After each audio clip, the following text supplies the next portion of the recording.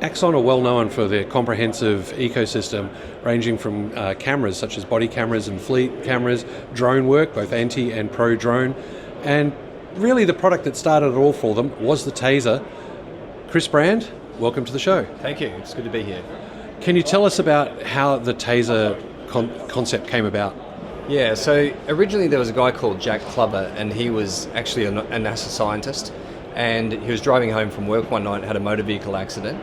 And my understanding is he got thrown out onto some live wires. And the way Taser works is it's not huge amounts of voltage going through someone's body.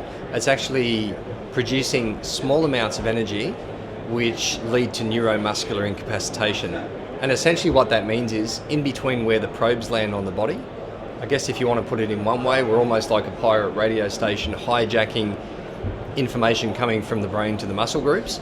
And we're pulsating those muscle groups so that the person can no longer punch or fight or run, etc. So we're, I guess, accessing a very safe portion of energy so that we can take control of a subject who may be, I guess, keen on doing violence to someone. Okay, and how much R&D went into developing the Taser to where it is now? I don't think it's ever stopped. So, you know, when you go to Arizona, Scottsdale, and you have a look at our facilities, there's a big area we call the black box, and it's constantly being worked on, you know, working out what is the next generation of weapon, what are the new features that are coming through on it, etc. So, and I'm always surprised at the incredible innovations that are coming out of there. Well, speaking of the development and innovations and so on, what features are in the models that you're showing here? Yeah, so we're primarily showing the Taser 10 here at Land Forces 24. And ultimately, it's just a massive generational jump from our previous weapons. So if you look at something like the Taser 7, one trigger pull produced 2 probes coming out and going down range, had a range of around about 7.62 meters, whereas the newer weapon is 1 trigger pull per probe, which means even at close range, we can determine where our probe strikes go. Because when you consider how neuromuscular incapacitation works, you need at least 30 centimetres of gap between the 2 different probes. Whereas in regular policing, when you look at how weapons training works, a lot of it's with Smith & Wesson or Glock, and it's doing a shot, determining whether there's subject behavioural change. Whereas same with the Taser 10, we can do a shot and then do a second shot where you need it to be. And ultimately what that does is it means we get much better neuromuscular incapacitation and much better success rate in subduing subjects. Anti-drone technology, it's a really important part of the world these days, as we're seeing around airports and military installations and sporting events. So can you tell us about D-Drone? Where'd you come from, the inspiration, and what products have you got? Yeah, so we're an airspace security company, and essentially we help enable good drones to fly and protect against malicious drones.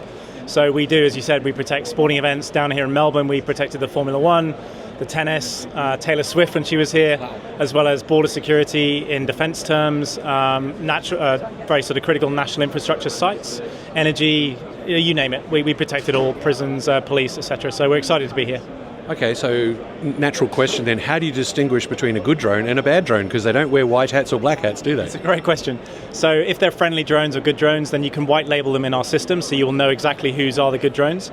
But the system will automatically categorize those drones it doesn't know what they may be doing, and based on their behavior and what they may be carrying as well. So for prisons where, for example, gangs will try and smuggle drugs and weapons, the system will know what the threat looks like and categorize and prioritize those threats so you can deal with them.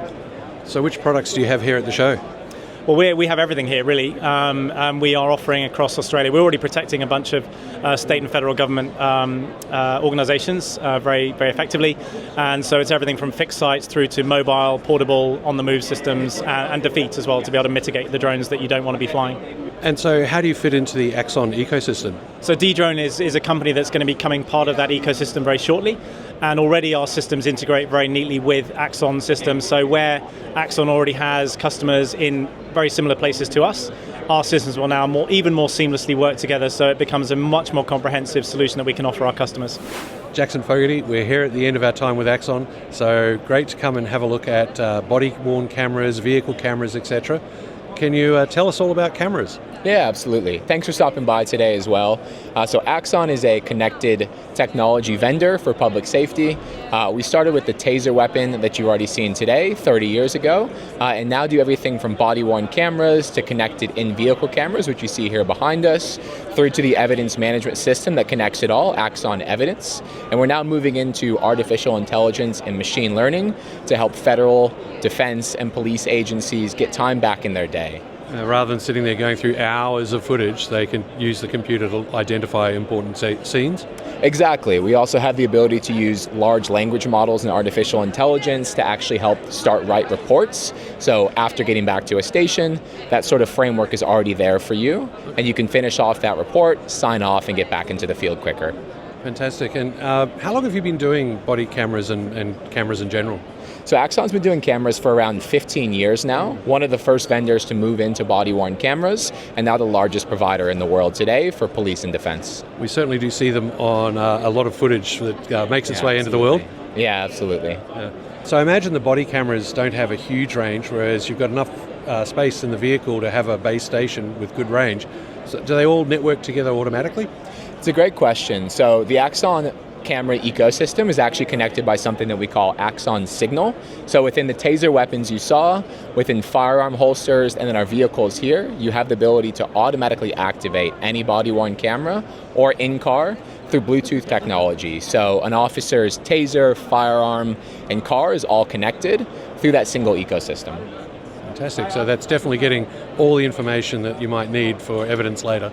Absolutely. Everything is connected there. It gives you the ability to watch back, see real-time alerts, and also live stream back to a command center or an office for that extra layer of situational awareness. Well, Jackson, thanks very much for your time. This has been a great chat. Thank you.